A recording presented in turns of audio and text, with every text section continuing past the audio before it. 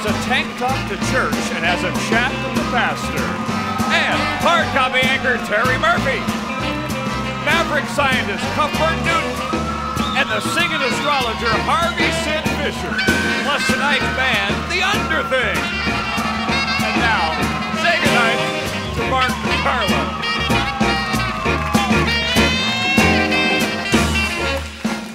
Welcome to Goodnight America. How about it for the Underthings, folks?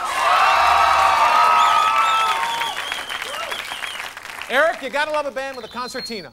Stereo accordion. They've got two. One, two, yeah. Can you play both at the same time? Absolutely. All right, we might get to that later on. How you folks feeling tonight? Good. You know, I've sensed a problem in late-night television in general, actually. You turn on the TV, and all you get is the bad news. You get the death and the destruction and the mayhem. Everyone on television, everyone in the world, for that matter, sees the cup as half full.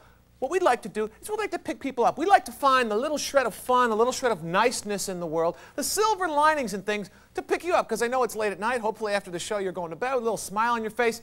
We'd like to help. So we've done some research, and we found some things with silver linings. Shine the light of happiness down the crevice of your despair. So we have some of those things right here. I'm sure you've all heard of this new thing, Streptococcus A, the flesh-eating virus. Now, it's a very tragic thing, but the silver lining is it's better than Slim Fast, and if you play your cards right, it's a movie of the week for you. Now, we all can concur that it's a shame that President Clinton can't even go out of the White House without being hounded by the scrutiny of the press. He can never go anywhere. But the silver lining is, of course, there's more cocktail waitresses for the rest of us now.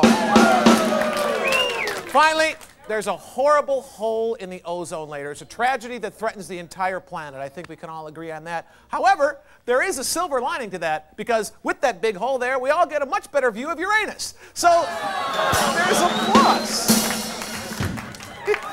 But you know, like I said, we're always trying to find the good, the happy stuff on television. Our first guest here is no stranger to the bad, the good, or the ugly side of life. She has been an anchor on hard copy for 6 years. Ladies and gentlemen, please welcome Terry Murphy.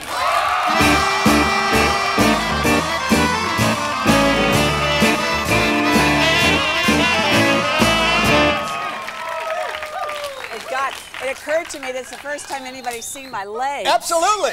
It is a Goodnight America exclusive. We're seeing it from the waist down. They're fat, though, but they're not. I'm proud of them. Are these fat legs? No way. Fat. See? Fat knees. Now, the guy with the sunglasses thinks you have beautiful legs. That's good. I had a girlfriend who had these, what I used to call golf ball knees, and I used to like the fact that you could see the bones around them. Yeah, they were bones. Yeah, right, thanks. But mine never, you could never see, they were just always kind of fat. Eric? To me, you're a news babe. Thanks. There you go. Hard copy news babe. So what is hard copy? It's really just the hottest show on TV right Sure. now. That's what it is. No, it's actually, we've come a long way in the 5 years that we've been on the air, and we started out not knowing what we wanted to be. We did a lot of news stories, but they were supposed to be investigations, but they really weren't terribly profound the first year. And so Such as? Well, one was the bombing of the one jet, Pan Am 103. It didn't really tell anything more, I don't think, than anybody else had told, but we did it in a way that gave it a half-hour format, which I think was fairly new at the time. Then we went into big boobs, and I guess... yeah, you liked it then, didn't you? You liked it then, yeah. That's a pretty natural progression from airplane crash to big boob. Now, isn't it interesting? And all the guys clapped, and we had a predominantly male audience during that time. I wonder why. But we found every excuse to feature big boobs. Now, how did that make you feel, being that you're a woman? Well, it didn't make me feel very good.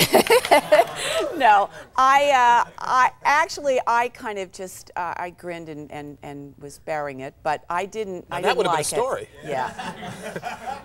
Now, oh, God, now, a lot of critics on Queen of the puns tonight. No, I went with the flow because I knew that sooner or later we would run out of stories, which we did. But we did also change executive producers, and we went from male executive producers to female executive producers, and there went the big boob out the window.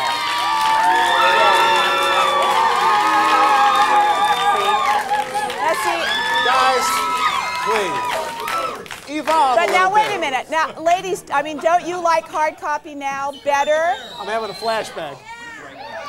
Because we have a lot, you know, we have a lot of like stud muffins on the show now. Oh, no, we do. I'm sorry. Let's we not do. use the S word, Terry. Well, we do. God. Did you write my material for me tonight? I don't know. Now, a lot of critics say that shows like yours and other investigative shows are pandering to television viewers. You think that's true? Or are you giving people information? Well, I think we're giving people information. I mean, you know, we told you everything you ever wanted to know about Michael Jackson, and some of what you didn't want to know too. Let's talk about your co-host Barry Nolan. I hear through the grapevine that you hate his guts. Is that true? Oh, no, we're secretly married, actually. No, we're not. And you guys are just playing footsie underneath the desk all the time? That's not all. Is he a nice guy? He's a great guy. You know, I don't know if you see the little subtleties after the end of each story, but that's all ad-libbed and none of that's scripted, and sometimes some of our best stuff doesn't get on the air. I mean, everything you say gets on the air here, but yeah, sure. some of what we say doesn't. We have to redo it. Well, but he's really, you know, he's very esoteric, and he was a member of Mensa, you know, that genius society. You have to be a genius to be a member. He doesn't like me saying that, but now all of America knows it. And so he always quotes these dead poets, and he comes out with these things that you don't even know what he's saying half the time, which is what gave birth to that kind of drop-dead look that I give him. Can you give us an example? Okay, say something esoteric. Can you say something smart?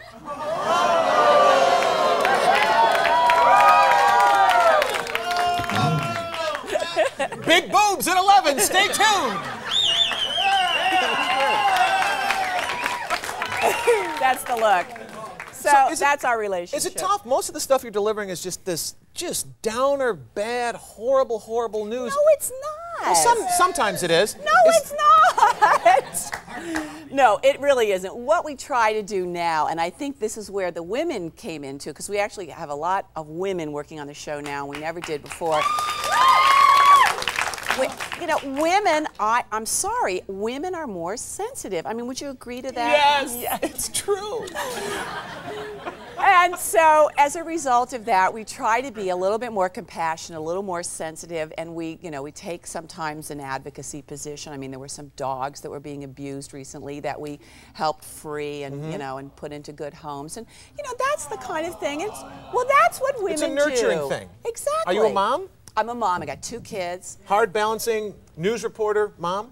Yeah, it's tough. It's really tough. But my kids are really good about it now. They don't care about watching me on TV. They'd rather watch, you know, Power Rangers. All right, we'll be right back with more of the show. Don't go away. We have physics expert Cuthbert Newton on the way. Come right back.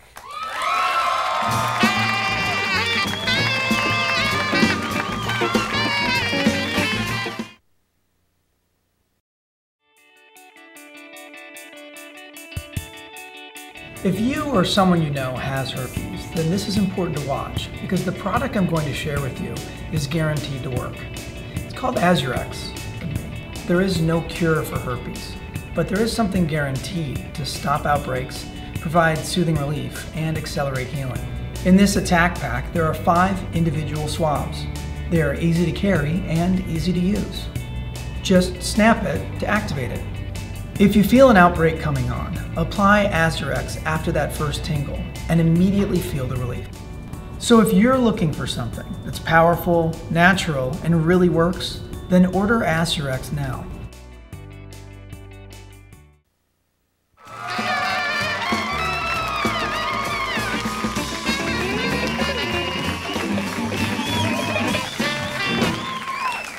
Bubbles all included for the price of admission. Folks, our next guest is a direct descendant of Sir Isaac Newton, that gravity guy. He's here with a startling new discovery. Please welcome Cuthbert Newton.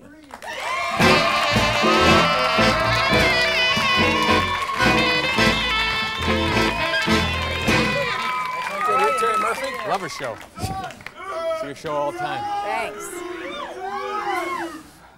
Good to have you here. Is it Cuthbert? Cuthbert. Great. Friends call me Cuth. Okay, great. So what do you do?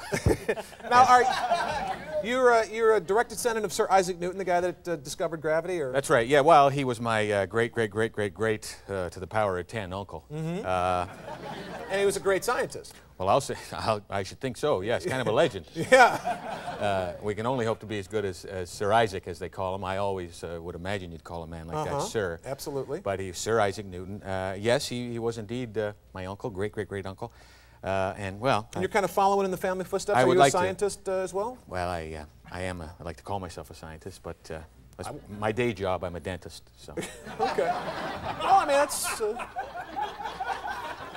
It's a doctor. It's close. It's close. You're a man of higher learning. That's the important. Well, thing. I'm always pushing the envelope, as they like to say. I understand that you recently made quite a discovery, and we're very happy. Discovery of my own. We're very happy to have you here. I'd love to share it with you. That's why I'm on the show. Right? I guess. No. All right. Well, we found this this book here, and of course, this they say. You found this? Yeah, in my grandfather's attic last March, and evidently this was Isaac Newton's last notebook that he had, and I found a startling discovery. He did some work up there in the attic, and they haven't cleaned off. Nobody really cares about historic things anymore. Do they, Terry? No, we don't. Okay. I'm not on hard copy anyway. Now this equation here, I found, I've gone through, there's a lot of notes, and I don't want to bore you folks with it, but it deals with like inert gases here. You've got cooling levels in the Earth's core, rotations. It deals with gravity. And according to, I made a startling discovery because this equation here, well, America and Mark, Terry, Eric, gravity is running out on Earth. And that's what I've discovered. Oh, no. I don't understand how gravity could actually be running out. Well, it is. And if you just think of the catastrophic effect this will have on the planet, I think we're all in trouble. I mean, you have to decipher this, and this will tell you why it is with the rotation of the Earth and how it spins in relation to the moon and the sun. But basically what will happen is our society as we know it will end. My God, you know. According to this stuff, he's saying gravity's running out. That's right. Gravity will stop by the year 2000. So you've got like 6 years left. What's going to happen then? Well, you can imagine. I mean, look at commuter traffic in the morning. It's going to be hell, isn't it? Yeah. My God, you're going to have, well, swimming pools are going to, all the water will go out of them. Real estate will suddenly be affordable. The yo-yo industry will be decimate. That won't even exist. Then you've got sports, football, baseball, basketball. I mean, if you go to a ball game and a guy gets good wood in a ball and it's out of the park, it's gone forever.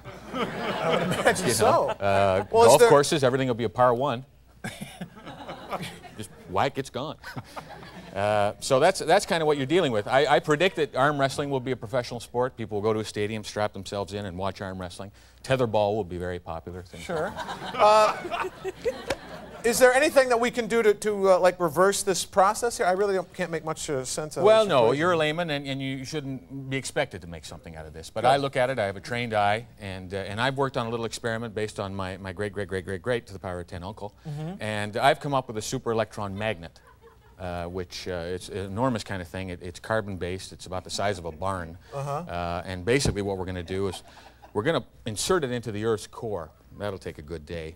And once we insert it in there, it's going to work on its carbon manufacture. It's going to have the same kind of draw on organic materials as you would have with a gravitational pull.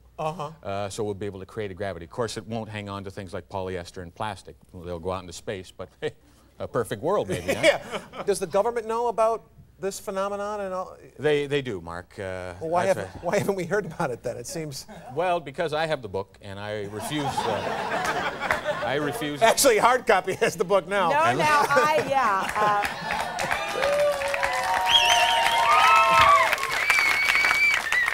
it's going to cost you. Well, this is a very important book to me. You have to understand. I'd hate to have to jump you for it, but I would. No, it doesn't. See, I'll be finding gravity. But no, so basically what we're going to do is I'm going to go around the country and try to fundraise for this, and then hopefully we'll be able to insert the magnet, and then life will be restored as we know it. So are you you're sure it's going to happen in the year 2000? Is there a... Well, you have to look at it. I mean, certainly Sir Isaac had poorly calibrated tools.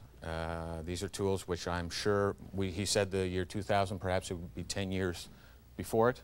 Any time before it. My God, it could happen right now. 0.0, boom, we're on the roof. Wow. You know. So you have to be prepared, and that's why I'm prepared. I never leave the house without my anti-gravity belt. which... Are you wearing it now? Yeah, I'm wearing it now. So I'm held down. So this will keep me on the ground. I recommend it. I think it will hold the heaviest member of the family on the ground, so you'd never have to worry in case it just happened like that. And so, well, we've just finished writing an infomercial for it, and we'll get it out there, and hopefully people will buy it. So you're selling these belts? I am. I'm making them in the garage right now. It's America, isn't it? All right, well, I'd like to have something more than a corduroy coat. If sure, you get my I drift. appreciate you coming here. That's Cuthbert Newton, folks. Come on back. We've got more to the show. Don't go away.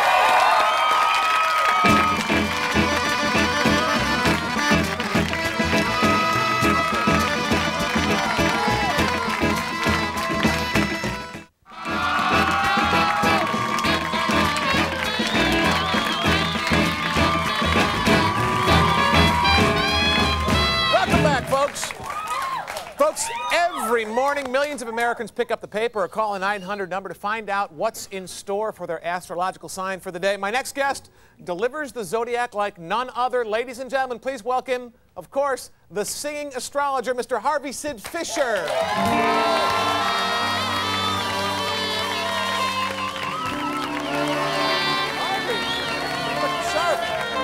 Terry Murphy. Terry, hello, how you doing? Mr. Cuthbert Newton. Oh, heavy, heavy. How are you, Harvey Sid? Oh, about excellent to outstanding, you know. But I know I can do better. Now, is it Harvey Sid or Harvey? It's usually my friends call me Harvey. H like in hors d'oeuvres. A like an Aesop, or like, there's a couple other letters. I had it worked out. Now, you're a singing astrologer, is that yes, correct? Sing, just name a sign, and all of a sudden a guitar appears. Hey, there's one. And, now, I understand you've been playing... What'd you say? Hold on, we have to find out a little bit about this. This is not the Roman Coliseum, folks. Yet. I understand you've been playing to sold-out crowds, Harvey. Sold out. Well, they have been paying for it. You know, sometimes you get a laugh from an audience. You don't really know what you said, but they're laughing. Been there. And you know what I mean? Yeah. It's a weird feeling. I played in San Francisco. Sold out, great crowd, packed club. I seem to have some fans that have heard my astrology songs on a video and on thing. And usually when I get up and play in front of people, I say, well, I don't sing that good and I don't play that good, but I'm the only guy that knows the words to these songs. Right, which you've written yourself, Yeah. right? And then now I come out to San Francisco and there's some people who have heard the songs and they start singing along with me. It was a great kick. What gave you the idea to start singing songs about the zodiac? I don't know, where do ideas come from? You know, from out there, they come down to here, and you come out here and into the pencil, and somehow it turns out. I thought it'd be a great idea to make $1 million. Sure. You know, who ever heard of an astrology song? I didn't. I don't know anything about astrology either. Well, let's hear. I heard. And, but no. I did research it, and as anyone would research a project, and I put them together, and I made the things rhyme. Well, I heard Bully, Bully, Bull. What is that about? Oh, that's the Taurus. Okay. A chorus from the Taurus? Do that, please. All right. Talk about the Taurus, talk about the bully, bull, bull. Talk about the Taurus, talk about the bully, bull, bull. I want love, not stormy scenes, no tears and threats and throwing things. I don't like to be put upon, cause once I'm out the door, I'm gone. You be good, I love you to the end. You will have a lover you can count on as a friend. Talk about the Taurus, talk about the bully, bull, bull. Talk about the Taurus, talk about the bully, bull, bull. I like being rich and I like being well-fed. I'm good in the kitchen and I'm good in bed. Hey, all right. That's great. All right, now I'm a. Could you do Cancer? That's what I am. Yeah. But I call it Moonchild. Van Morrison's gonna sue you. Go ahead. Ruled by the moon high up above, sign of the crab handled with love. I am the one you can rely on. I am the shoulder you can cry on. Moonchild, moonchild, moonchild. You know me so well. When's your birthday, Terry? Aquarius. Aquarius? Aquarius. Anybody Aquarius? No, wait, hold on a second. Hold on a second. Now, do you play like club gigs, live gigs? Yeah, I do that. So you've got 12 songs, right? Yes. What if you play all 12 and they want you to come to an encore? What do you do? Well, that's a problem. There is definitely a predictable set, you know, and Do you go in order? no, I don't do that because I can't make it too predictable. Sure. You know? We'll do Aquarius for Terry. I'd like to hear that. All these sounds sound very different. At times I need my solitude, but it's mostly just a passing mood. I'm never far from the bizarre, making friends with a fringe, always ready with a helping hand. 'Cause I am in love with humanity. It's just some people that I cannot stand. I am an aquarium. I am an aquarium. That's me. I am an aquarium. I am an aquarium. Harvey Sid Fisher, folks. Does he have you? Great. Nailed on the head. We'll be right back after this. Don't go away.